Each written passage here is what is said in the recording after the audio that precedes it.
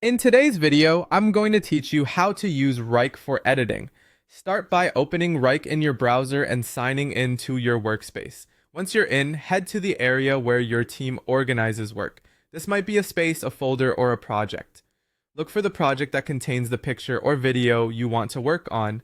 If you're not seeing it right away, switch to the table or list view or use the search bar to quickly find the project name. Open that project and locate the task with the asset you want to review. Click on the first task in the list to get started. Inside the task, you'll see any attached files right in the task pane. Find the image or video thumbnail you want to edit and click it. This opens Wrike's built-in proofing and markup tool so you can work directly on the file without downloading anything. You'll be taken into the editing canvas. From here, you can draw or write directly on the image. Use the pencil to sketch or circle areas that need attention, and use the text tool when you want to leave precise instructions. Adjust color and line thickness to make your notes stand out, and zoom in if you need to point out small details.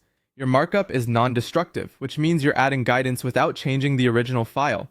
You can also collaborate in real time by tagging a teammate right on the image. Click where you want your comment, type your note, and use the @ symbol to mention the person who should take action. Tagging someone on a specific spot keeps the conversation anchored to the exact detail you're discussing. If you're reviewing a video instead of an image, pause at the correct timestamp, add your note, and mention your teammate the same way. Make your edits and draw anything you need to clarify layout, color, or copy.